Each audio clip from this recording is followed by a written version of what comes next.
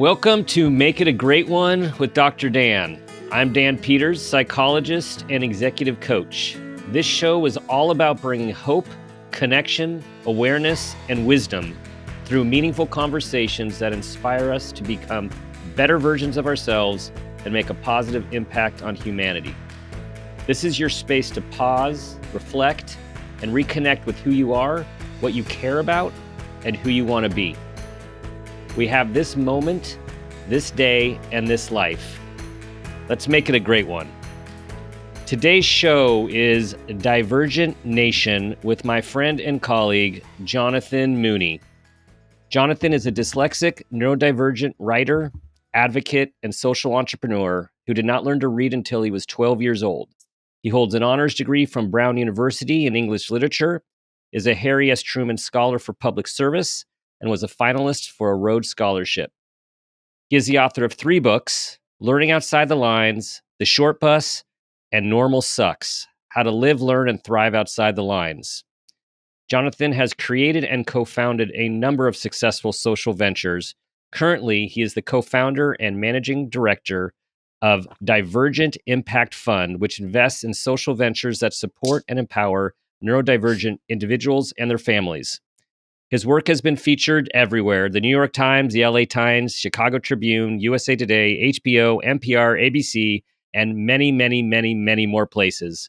He has spoken in all 50 states, which means Mississippi finally came calling, and 8 countries on disability and neurodiversity rights and inclusion, inspiring those who live with differences and advocating for change. Jonathan, welcome to the show. My man, I'm so honored to be a part of it, and you left one thing out, not of my bio, but your bio, and that is What's that? You are a complete badass. You got Oh man, you got a PhD in badassness. if that's a damn, if that's a thing. I'll take that. I will take that. And I don't know if that was harder than the actual thing, but thanks, man. I really appreciate that. It's just great to reconnect. And I've just been looking forward to having this conversation and another conversation about things that we care a lot about. Yeah, me too. I'm honored to be a part of the show. Yeah.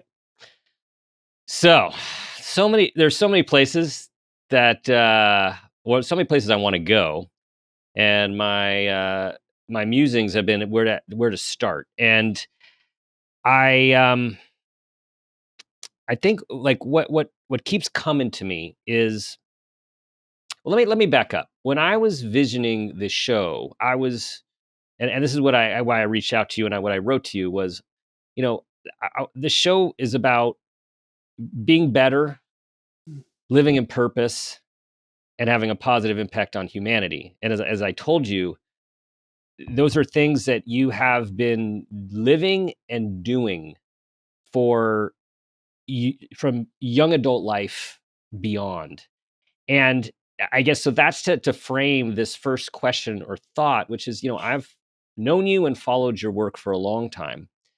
And there are several pivotal stories in your life that made a tremendous impact on you, some which I'm sure we will hear. What I'm wondering is, was there a moment or an experience that compelled you into a life of service and social justice and activism? Man, you just like to go right. You go heavy. Right in. We're going right in. We're going right in. None of this like, how you doing, man? Pitch your new book for a second. No, I like it. We're gonna get to that. We're gonna get to that. Yeah. We don't need to. This is the place to start. This is the heart of the matter. I so appreciate your mission in these discourses and conversations, and I so appreciate where we're starting today, because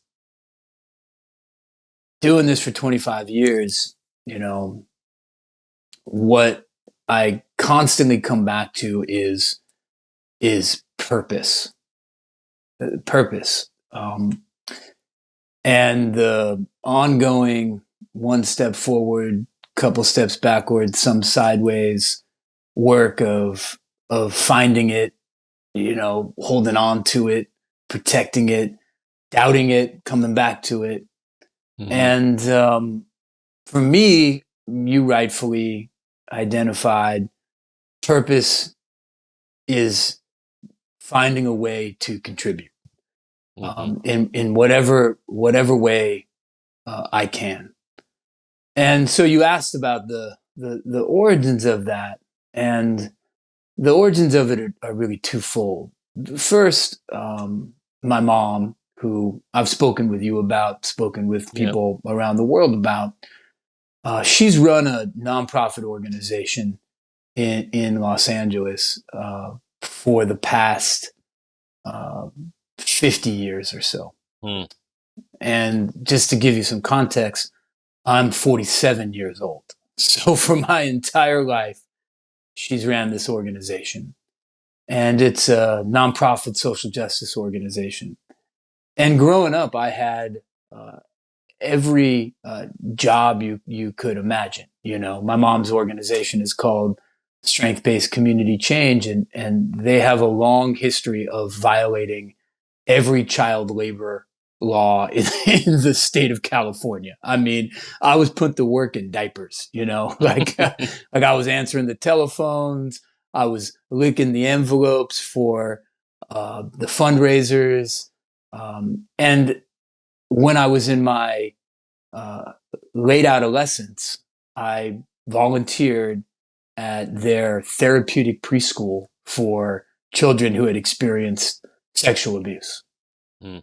And that moment of being able to contribute, and that moment of being able to find my own healing in service, it is what I've held on to for my 25 years of doing the work that I do.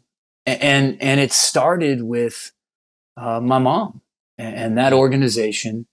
And it started with the opportunity to take the pain that I was going through, being dyslexic, here, and I was deficient as a human being, and being able to contribute and co-create healing with others who were in the process of recovering from significant trauma.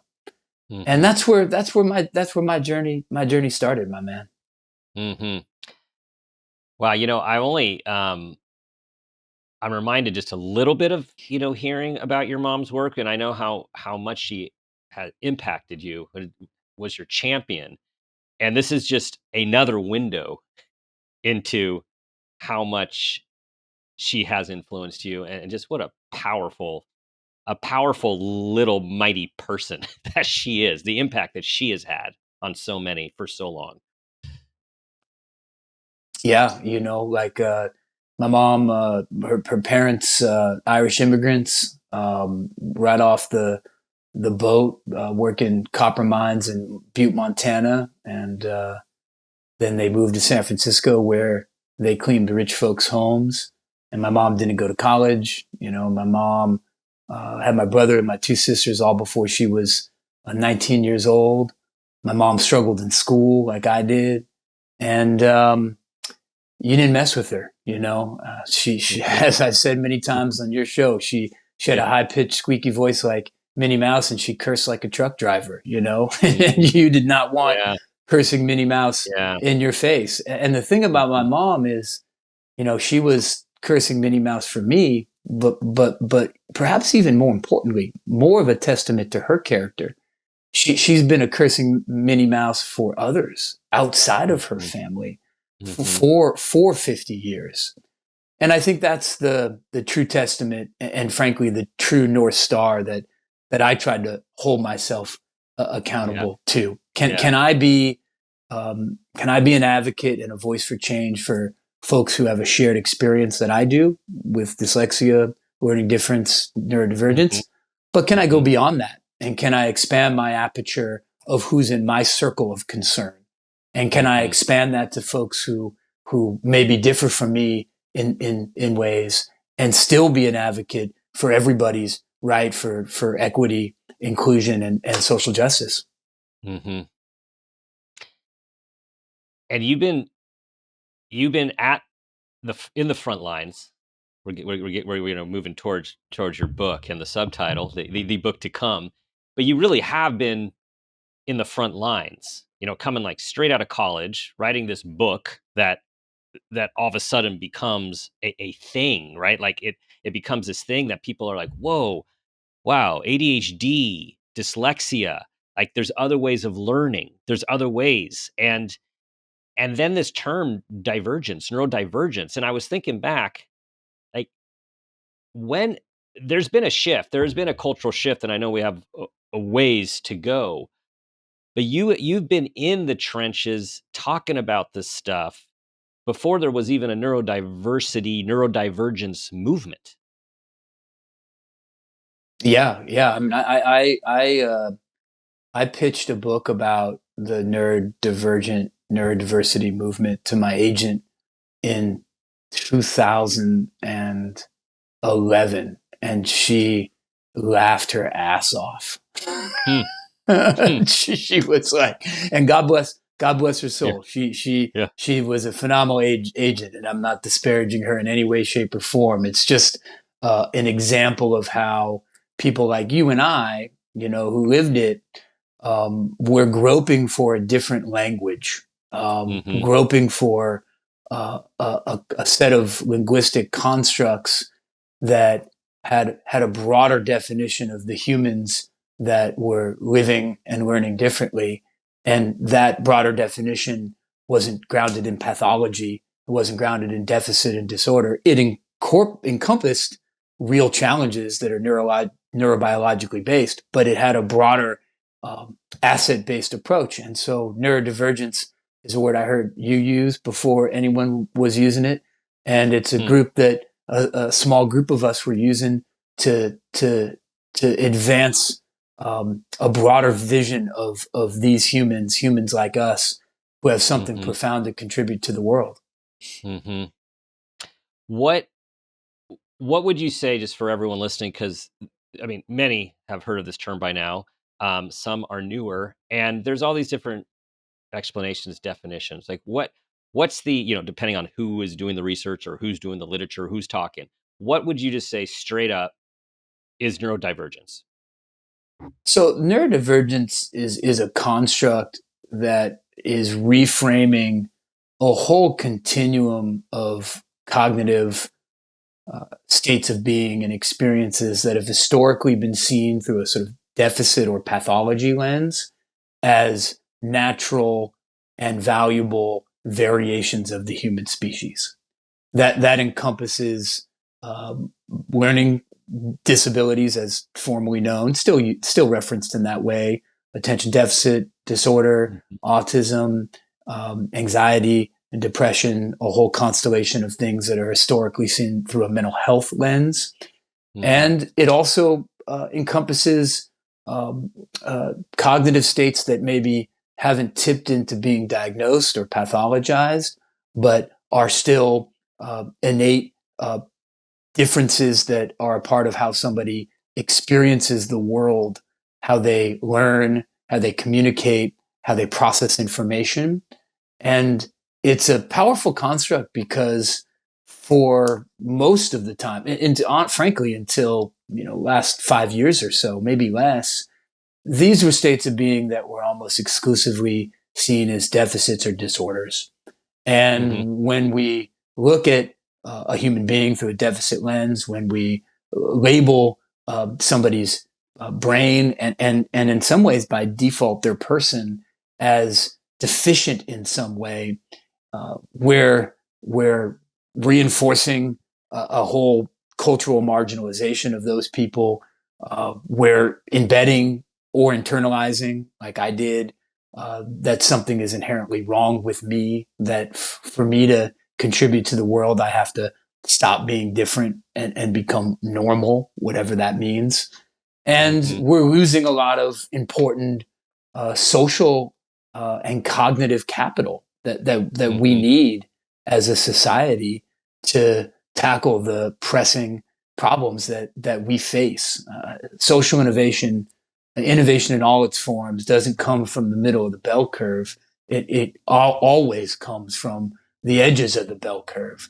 And those are brains, those are people, those are ideas that we need to celebrate opposed to pathologize. And the neurodivergence movement, it has profound consequences for our society, profound consequences for schools, places of work, for the way that we relate and engage with other human beings. And it's those consequences that the new writing project, Divergent Nation, really looks to explore, bring to life through people's stories, and then really put forth a sort of polemical vision for how society should be and will be reshaped by neurodivergent humans in the 21st century and beyond. Has the number grown? You know, when we were into it, you know, there's all these percentages in 1 in 5 and one of this. Yeah. Is it growing as we evolve as a species? One way of putting it.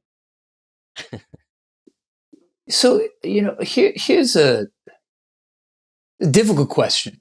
Not necessarily a difficult question from a statistical perspective, meaning the number of folks diagnosed as neurodivergent, the number of folks self-identifying as neurodivergent, that has increased year over year. The question is, what's the origin of that? And the question is that neurobiological phenomena, as you're alluding to? Is that a social phenomena? Is that we're looking for it more phenomena? And the truth with a lot of complex realities is that it's a little bit of both.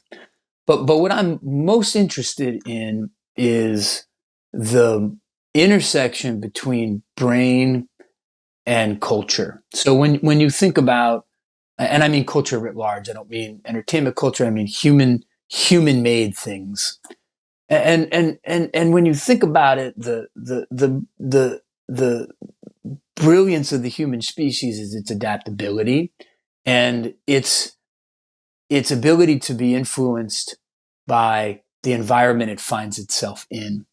And subsequently, traits that one considers a deficit, one considers an asset, is highly dependent upon the cultural context that it finds itself in. And I think what we're emerging in now is twofold. We had a cultural context, and still do to some extent, of a particularly rigid approach to education, of an industrial model that is about sitting and getting, not moving and doing. It's about a band of academic skill sets opposed to core character competencies, etc. And that disabled a bunch of folks, meaning they didn't fit. We had to find a reason for why they didn't fit, and we identified facets of their brain experiences and called it a problem in them.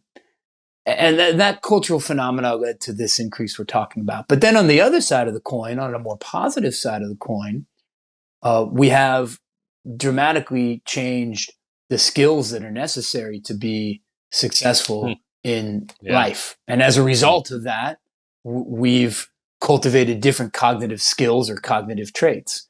For example, we're moving exponentially towards a visual opposed to a reading-based culture to consume information. So that's led to more individuals having a preference for that, and by definition, identifying as people who don't necessarily read, but they watch and they listen. And that's led to more folks experiencing and identifying as neurodivergent. Now, the other side of the coin, too, is as society changes, it can create additional barriers that become, in some ways, disabling, not in a social construct way, but in a real way. And I think we see that with the rise of youth mental health. So it's a debate in the neurodivergent world of like, do we throw that into the mix here? Right. And I don't want to get into that debate necessarily. It's Yeah. interesting at the same time, not interesting. But what Mhm. is interesting is as we've fundamentally wired childhood, and it started in 2009. And 2009 is when the phone comes into our world, the Yep. iPhone in particular.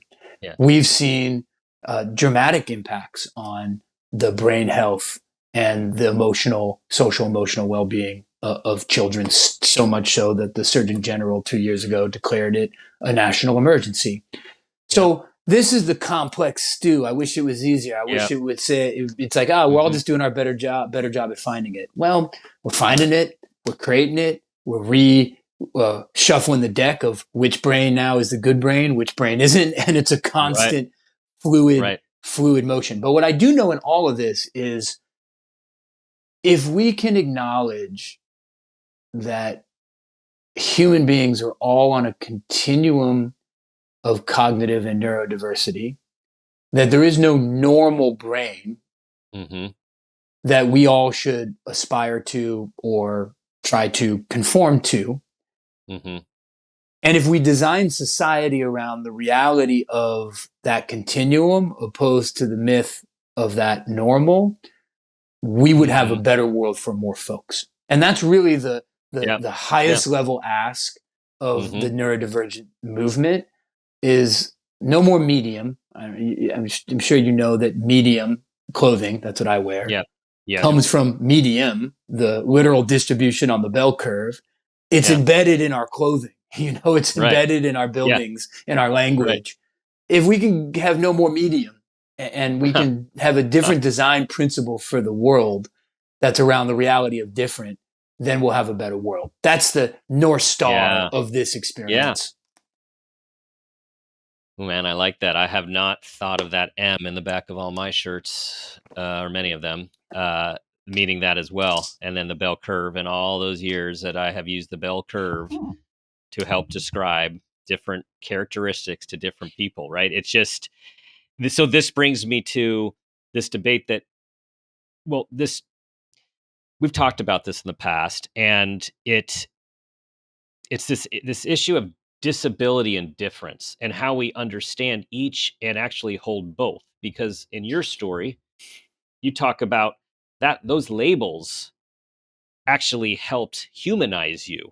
Those labels actually gave you meaning. They gave you understanding. And I know a label, the dyslexic label that I never formally got, um, but backed into through all of our kids and all the work that I had been doing in the area at the end of my 30s, let's say, um, was pivotal in how I saw myself in the past, in the present, and the future. And so these are labels, these are diagnoses that are often used to pathologize people, to say you're different and you qualify for this, and now you get to go for these things because you need help. Those things have some meaning for people if used in a meaningful way, while also considering what you're talking about with this continuum of humanity, which is basically this continuum of functioning, this difference that we all have. We're all different. So how do you how do you think about holding both of these in ways that is beneficial? So I start with a shift from diagnosis, which is a medical term, you Yep. know, and it's something we diagnose disease or sickness, etc. Hmm. A shift from that to understanding, and I mean that literally the same processes, Hmm.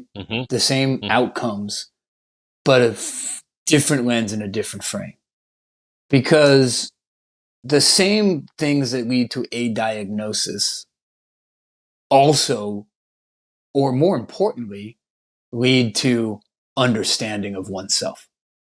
And so I think the more that we can hold that shift in mind as a profession of psychology, psychiatry as individuals who navigate understanding oneself. That distinction is the path to hold both, to have this be an and both. Mm-hmm. And I think we're doing a better job at that. I do. Like when I was diagnosed, my mom and I were called into the school psychologist's office, and it was obvious that people thought it was like a cancer diagnosis. I mean, like Mm-hmm. the lights were turned down low. There was like jazz music playing in the background. I mean, I swear to you, there was a box of tissues right Mm-hmm. next to Yeah. because it Yeah. was, hey, it's time. This is bad Yeah. news.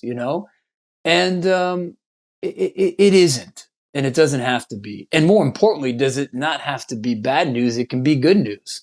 I had a third grade teacher who came up to me and said, "Hey, I heard you're dyslexic. Congratulations!" Like, what do you mean, congratulations? He's like, "Well, Mm. my daughter is dyslexic, and she's in college, and she's an artist." And he went on to talk about all these amazing attributes. So let's think Mm. about this Yeah. experience as understanding your neurodivergence, and with Mm-hmm. understanding comes power and agency, and what comes a ability to be an advocate for your unique cognitive needs. Mm-hmm. Now that's the Mm-hmm. individual experience. We have a lot less control, and subsequently a lot further to go in the systemic experience, because the system that we have now, the system both in education, K-12 and higher education, and frankly, to a lesser extent, public policy wise, but I think to an equal extent, cultural in employment, is the only way to get a modification of the environment you find yourself in is to claim not neurodivergence as a difference, but as a disability. Mm-hmm. And you Right. have to Right. claim it as, here's the problem with me, here's the remediation or accommodation that I need. And that reinforces the whole idea that it's not that we're all on a continuum. It's most of us are here, but you're over here, Jonathan or Dr. Dan. Mm-hmm. And so Mm-hmm. we have a longer way to go in building systems, places of work where people have a right to be different. And that right shouldn't be mediated by diagnosis or a sort of pathologized need. It should be a right that a human being has, period, Mm-hmm. full stop, an Yeah. inalienable right. And the Mm-hmm. truth is that makes for better systems. It makes for more kids getting what they need when they don't have to spend $5,000 to be diagnosed, and it Right. it, it leads to teams Mm-hmm. in the professional world having multiple different skill sets and Right. having people's weaknesses mitigated and their strengths accelerated. So that should be the North Star from a systems perspective, which allows us to have the and both, which is, yeah, Mm-hmm. look, take an fMRI for me. My left hemisphere um, is smaller. That's why I can't read and confuse, organism with orgasm when I read. That's why I do that. I'm not trying to be a Yeah. dick. That's just the deal. And at the same time, we can acknowledge that there's a whole bunch of good things that come not despite but because of that Right. set of Right. differences. Right. And as often is the case for people, the higher one's ability or skill in a certain area, we often see the counter. There's that weakness somewhere else. And we see this time and time again. And if we could just accept that there's these profiles, right? This perfection, perfection culture, which like it doesn't exist and it just drives everyone crazy and creates a lot of mental health issues. If we could move towards that, well, as we are moving towards that, everybody wins. Everyone wins. And I'm wondering, in all of your travels, in industry and corporations, because you've been doing this a long time, what what have you seen as the pivot or the difference in the leaders that start to really understand this, internalize it, and then use this information to enhance their organization and have more acceptance for these continuums?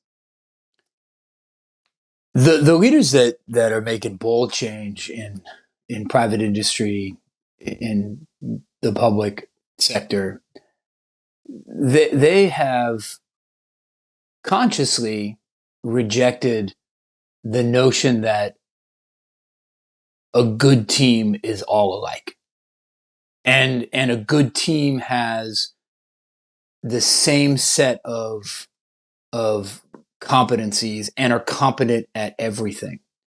Because you're 100% right, Dan.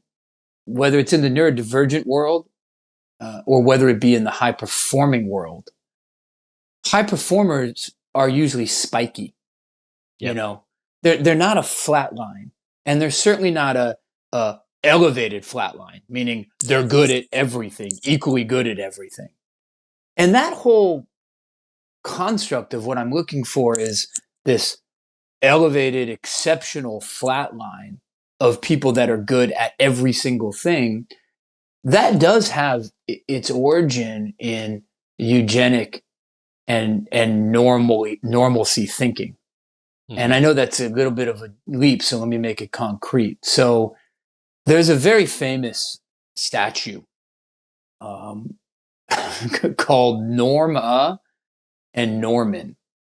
And this was made in the height of sort of eugenic America, pre-war, during the war, and post-war, where these like eugenicists got together and they wanted to quantify the normal person, but they didn't want normal as an average. They wanted normal as in perfect. Because that's always been the cognitive dissonance in this notion of normal. Normal is a word that's used to both describe an ideal state and then also to describe the sort of everyday state. And we vacillate and use those words without thinking interchangeably. So these dudes wanted to find the normal as in the ideal. And that's actually where the word norm comes from. It comes from a Latin root of the ideal. And they went and they took all these crazy measurements of people, blah, blah, blah, blah, blah. But they took it from like all white dudes at Harvard. You know, I mean, like, no shit. And then they made statues of them. So to physically represent Norma, the woman, and Norm, the man. And then in Cleveland, they held a competition to see who could embody most closely Norma and Norman. And they measured all these people, and they had finalists, and then they selected a winner. And when they selected the winner, I kid you not, and this is a quote, they selected the winner and they said, this is the person that most approximates normality. However, we couldn't find anyone who was normal. You can't make this shit up. Can't make this shit up. And if you're ever in Cleveland and you go to the Cleveland Museum of Natural History, you can go see porcelain white, Norma and Norman. And so that notion of like, we need a bunch of Normas and Normans on our team. They're good at everything. You know, they're the statue of David. Yeah. You know, it A, doesn't exist. And it B, even if you could find it in the abstract in theory, it doesn't lead to effective teams. No. So breakthrough leaders say, I don't want a bunch of people like me. You know, I want somebody who is spiky at that and spiky at that and spiky at that and spiky at that. And I don't care what they're not good at, because we can work around that. What I care about is what exceptional, unique skill do they bring to the party? Yeah. And those are the highest performing teams. Whether those folks have neurodivergence or not, it's kind of neither here nor there. It's about building a group of humans with a continuum of skill set. And that is, to go back to Divergent Nation, that's the reason evolutionarily, the evolution reason of why brains are so malleable and why Mhm. we have such distribution across the bell curve. Because in any given environment, a different cognitive skill is going to be needed. You got the dude that Totally. needs to stay up all night so we don't get Right. eaten by a fucking lion, right? Right. You Right. got the person who's colorblind for reasons that were adaptive. You have Right. a whole group of reasons because humans never know what environment they're going to find themselves in and what cognitive skill set is going to save them. So Right. therefore, we need all options on the table, and we need to Right. build a group with all those spiky people. Yes. Yeah, and these novel questions, which you talk about and write about, this what are you good at? What what drives you? How can we use your skill to advance our team, our organization? Like this, it's all comes from what you have in terms of instead of what you don't have. And man, this our culture, like from the deficit, from the pathology, from the labeling. And again, we all know many of the origins of all of this stuff, but it shouldn't seem that hard to shift to what do we see in you? What can you bring to the table? How can you help us achieve what we are trying to achieve for who you are and what you bring? It shouldn't be hard, but it is, and it Yeah. is because, and I don't know. I'm pausing to try to situate this historically, and don't know if I can, but I can say that post-industrial human or industrial human particularly is all based on hierarchy of human. So the moment that you and Hmm. industrial capitalism is based on hierarchy of human. You know, some folks own the factory, some folks Yep. manage the factory, some folks Hmm. clean the factory. So when that's your core economic model, when that's your um, ideological frame of reference that fed the industrial model or came from the industrial model, who knows, a little bit of both, you don't want to see something good in everybody, you know, because then it makes harder to tell that person, well, hey, you should sweep the floors, not me. You know, like when we Right. have a Right. hierarchical humanity opposed to egalitarian relationship with folks, we don't find the good in everybody. Now, Hmm. that's a broad statement, polemical Hmm. statement. There are many, many, many places in our current society where people are intentionally changing that. There are many educators out there right now waking up, you know, committed to equity and seeing the good in every single kid that comes into their world. And those folks are doing amazing and life changing work. And there are many innovators in the private sector who are for principled reasons and Hmm. pragmatism. Because the truth Right. is, real change doesn't happen unless you got both. You got to Right. have some Right. principle and pragmatism. They're saying to themselves, well, you know what, that dude with autism, you know, okay, he might not be the chattiest person in the world, but I don't care because they're problem solvers. You know, they Right. found more bugs in our system than anybody else. You Right. know, there's many people in the intelligence community and there are intelligence agencies around the world that are intentionally seeking out neurodivergent intelligence folks because they see patterns in data, big data, large data that others don't. So there are nodes of that in our world right now. Not what's wrong with you, but what's right with you. Not Hmm. the team of norm and normas, but the team of different. It's just running up against a cultural Yeah. norm of the good human and the bad human. Yeah. And I think we continue to try to move beyond fear. And the fear I'm speaking of is if you are valued, then I might be valued less. If you're good at this, then that might be less room for me. Right. So the competition versus the collaboration, right? Back to we all need each other to A, survive, B, ultimately to thrive. And I think that's where we're trying to like tick this thing too. There's a place for everyone. It's not you're in or you're out. If you're good, I'm not good. And I think well, we've got a ways to go with that, but I think the more we can talk about like everyone has value, um, that actually, as you know as well as anyone, that saves lives. Yeah, it saves lives. Hmm. Look, I've, my first book came out in September of 2000.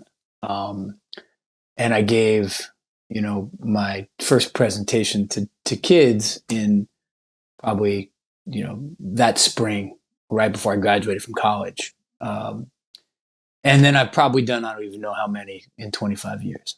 And the first presentation I did, a kid came up to me and said, you know, I feel stupid, crazy, lazy.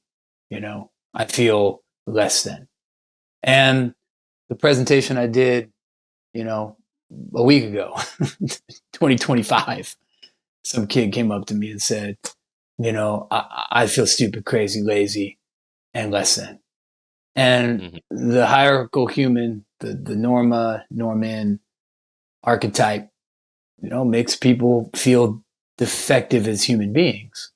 Hmm. And when we can flip that and when we can find the value and good in every person, yeah, it saves, it saves lives. I had a plan for suicide when I was 12 years old. Yeah.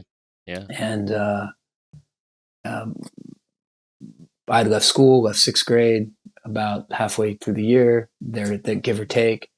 And, my dad took me to this baseball game and very famous game, 88 World Series, Dodgers A's, blah, blah, Yeah. I have a blah. comment about, yeah. Yeah. Yeah, I don't remember that. What I remember is after Yeah. the game, my dad says, you should know that I love you regardless of how you do in school. And that saved my life. Yeah. And that was, you have value Yeah. intrinsically, full stop. And Yeah. we need more of that in the world. Yeah. Absolutely.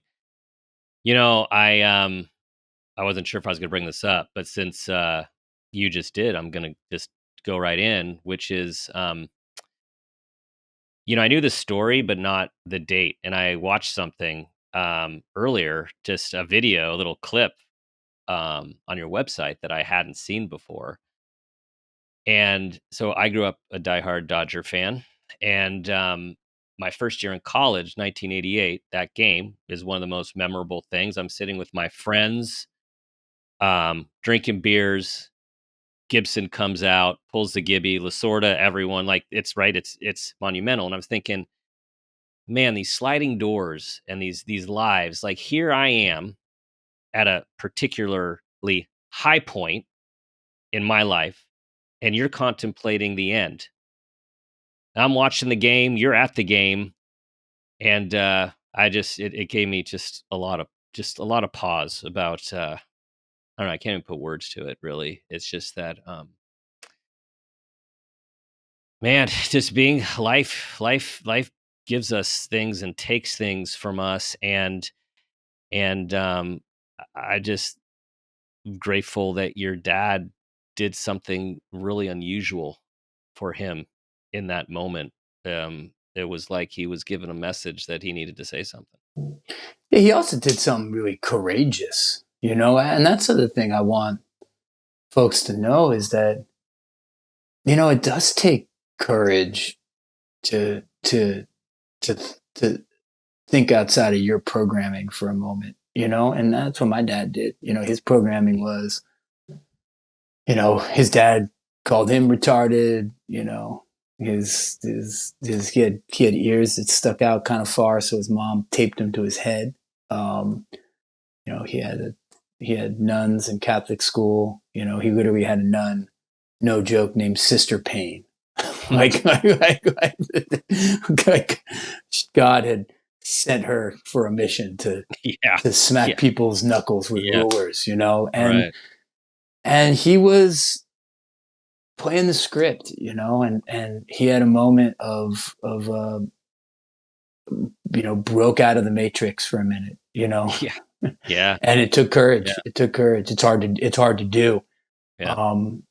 And that's something that there are so many moments in our life, in our day, Yeah. in which we're playing the script. We're playing the script. We're playing the script. Yeah. We know it. We don't know it. Where we can Yeah. just pause and engage with another human being Totally. authentically, with presence, with compassion, and that's all it takes. But that's a lot. Yeah. Yeah. But if we do that, that is all it takes. We can get all sorts of other stuff wrong. You know, we can not use Right. the right words. We can say Right. dyslexic instead of neurodivergent. We can do all sorts of other things wrong. But if we Right. do that one thing right, we're on a good path. Yeah.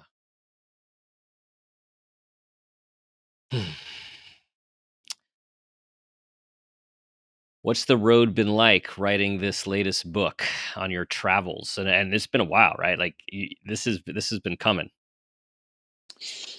Yeah, you know, the I got a little distracted. That's my spoiler alert. Yeah. And I got Yeah. distracted with a historical novel that I'm writing. That's that's based on a true events, and it takes place in a eugenic hospital in Vienna at the height of Nazi Germany.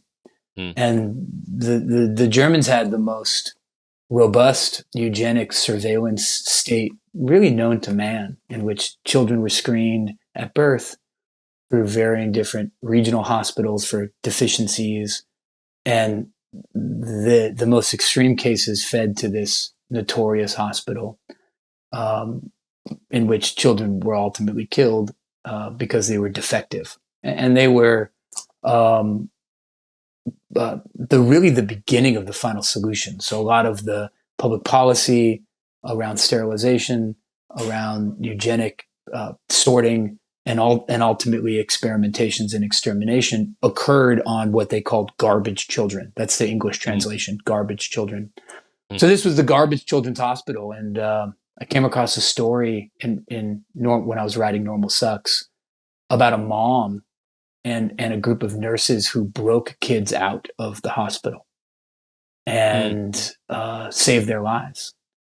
And so I've been writing that pretty deeply, and I find it to be the worst and the best of humanity all together. You know, a mechanical utilitarian ideology that saw human beings through the lens of production and worth as their worth, and the unconditional humanizing love of a mother and others, and the juxtaposition of this ideology and way to think about the world versus a set of emotional ways to know the world, and I think we're coming for that down the road. So I think we're coming for a new wave of eugenic thinking and policy and practice. You see hints of that in our rhetoric around not our rhetoric, politicians' rhetoric around immigration and the folks who are good humans, bad humans, scum of the earth. And I think we're going to see that rear its head again. So I've been writing about that both in this historical piece of fiction, but also in Divergent Nation, because a big core ask of the neurodivergent movement and a core point of resistance is a resistance to eugenic thinking 2.0. Because so many of the states of being that are being sort of talked about as curable with things like genetic engineering or editing with CRISPR, which sounds like a rad salad spinner, but it's actually a gene editing program. I mean, there are literally pieces on websites about how these technologies will eliminate dyslexia, eliminate ADHD. So it's been Wow. it's been a fraught and emotionally charged, but to end where we started a journey of deep purpose, because I believe that my purpose in part has been to find what's good in everybody, to help us build systems in a world in which everybody has an opportunity to share their unique cognitive skill and cognitive way of being with the world, and to unleash a neurodiverse future that benefits everybody. Awesome. Awesome. Well, and the Divergent Impact Fund is actually is doing it, right? I mean, sounds like angel funding, mentoring. Like tell a little bit about how this came. I mean, I remember you mentioned this to me quite some time ago, and it's the real deal. So tell everyone like what this thing is doing. Yeah, this is how I try to roll in the world. I try to think and do, Hmm. and I don't think you can make change unless you're doing both. Um, and so the Divergent Impact Fund is my newest do action in the world. I've done many, many, many over 25 years. This is the newest. We're a nonprofit venture philanthropy fund where our mission is to support uh, early stage social entrepreneurs who have big ideas to make a difference in the lives of folks with brain and body differences and their caregivers. We believe we matter because social innovation is going to be what moves this community forward. We have a well-funded uh, public system, relatively. Special ed is the largest line item in any school district's budget in the country. We have a whole bunch of nonprofits out there, but what we don't have is a mechanism or vehicle to support the next big idea that's going to move the dial for folks like us. So that's our mission. That's what we're about. So we provide early stage seed capital, and then we provide mentoring and advisory services, and we invest deeply in these visionary folks. So we got started officially in the fall of 2024, September. Mm, nice. We ramped up quickly. We're working with 4 amazing ventures, amazing entrepreneurs who are reimagining access to care, reimagining communication in the workforce between neurodivergent and neurotypical folks, reimagining fitness, building inclusive fitness gyms, reimagining employment. We have a fellow that has a coffee shop in Park City, Utah, that's run entirely by neurodivergent human beings with developmental disabilities called the Lucky Ones. And we're just getting started. So folks can learn more about it at divergentimpactfund.com. And we're always looking for the next big idea, bold idea to make sure that we have a more inclusive world where people have a right to be different. Thinking and doing. Thinking and doing. As we wind down here, Jonathan, I appreciate you keep taking us back to purpose. And I was wondering what you can share with there's so many people who are looking to be in purpose. They're looking to find their purpose. And I think what my experience has been, it's in their life. They're just not seeing it as something that's purposeful or something that's valuable. And so from your years of predominantly being in purpose, what guidance do you say to people who are looking for that? You know, uh, purpose is not my purpose. It's not Dan's purpose. It's your purpose. And that's what makes it so challenging and so transformative at the same time. Mm-hmm. It'd be easy if there was a blueprint to purpose. Because then I'd just hand you the roadmap, and here are the 5 purposeful activities. Give it a go. There's some frameworks, we know that purpose is often connected with community and with selflessness. That's a source of purpose. We know purpose can be, you can get a signal of purpose when you find yourself in a flow state, when you've lost track of time, and you're saying to yourself, how have I possibly been on this thing for 56 minutes? Like that kind of deal, and we also know that purpose and capacity is often aligned. You're usually doing something that is I don't want to say frictionless, because it can still be hard. It can still be hard, but it's something that you are innately predisposed to in some form. So those are places to start to look at it if you're trying to find it, but you got to find it. I can't tell you what it is. Dan can't tell you what it is. You got to find it. And for me, the way that I've found it is to try to think about it consciously and then let it go.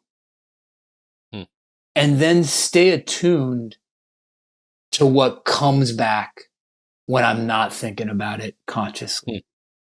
And that's been both a macro, for me.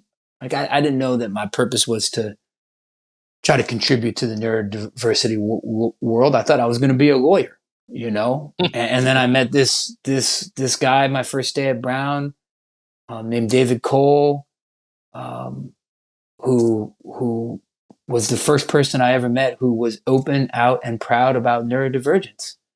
And we became friends, and he told me that I had an obligation to share my story because I was a role model. I wasn't looking for it, but it emerged in the moment there. And there's a lot of research about the unconscious mind. The vast majority of our cognitive engagement with the world is unconscious or subliminal.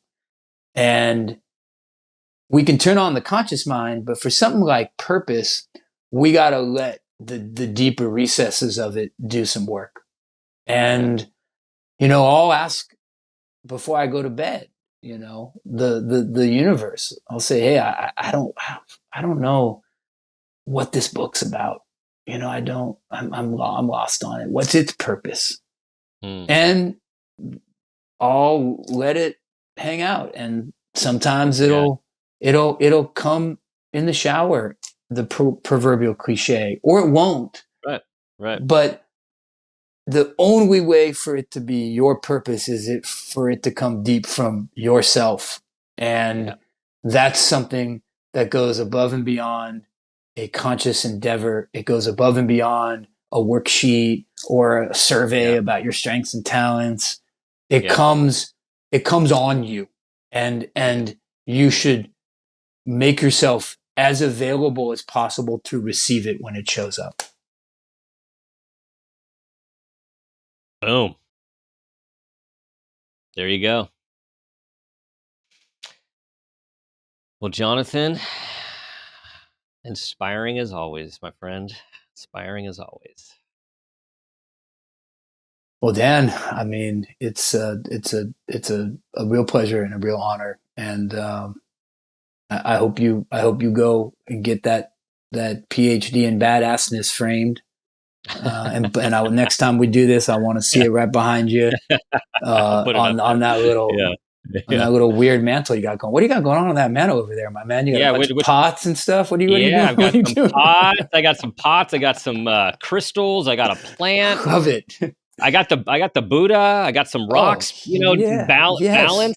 I just got a little everything that's bringing the good energy. It's bringing the mojo, man. It certainly is, as always. Well, but in all seriousness, it's been quite an honor to be a part of this, and I wish you and all your listeners a life of purpose. Yeah. Thank you. One more time, tell everyone the fund, tell everyone about the book, when we should be looking for that, and anything else you want us to know. Yeah, so Divergent Impact Fund, you can come find it, divergentimpactfund.com. Always say hi to me, jonathanmooney.com. The book, Divergent Nation, I don't have any idea when it's coming. So, it's coming. It's coming. It's coming. And the historical fiction, man. Now I'm riveted like this. So this is a tandem thing you're doing here with your creative brain, doing both at once. Yeah. Cool. Left brain, right brain. Dark and light. Because one was a little dark. I'm not gonna lie. Well, then the left one's a little smaller. So you gotta. Yeah, exactly right. So, but in all seriousness, Dan knows this about me. Hit my emails up everywhere. People hit me an email. Nobody reads it. Nobody reads it but me. I will write back. It will be horrifically misspelled, and we'll be good friends. So he will. Don't be shy. It will. He will. So definitely reach out. All right, everyone. Thank you for listening, and just so appreciate you being part of this community. Share this with everyone that will benefit, and let's just get the word out. Let's keep getting the word out. Let's keep moving ourselves, our humanness, our humanity, our collective. Let's keep moving it forward. We need everyone. Everyone serves a purpose. Everyone has a strength. Everyone has a talent. And we're moving past Norm and Norma. So, well, that's going to stick in my head. All right, everyone. Thanks for reviewing, for subscribing. And as always, get out there and make it a great one. This has been a Peters and Rossi production. Make It a Great One with Dr. Dan is produced by Laura Rossi. Our engineer is Phil Rossi. Theme music is Uplifting Folk by Awesome Music. Artwork by Kelly Dwyer. Follow us on social media at Dr. Dan Peters. For more information, visit drdanpeters.com.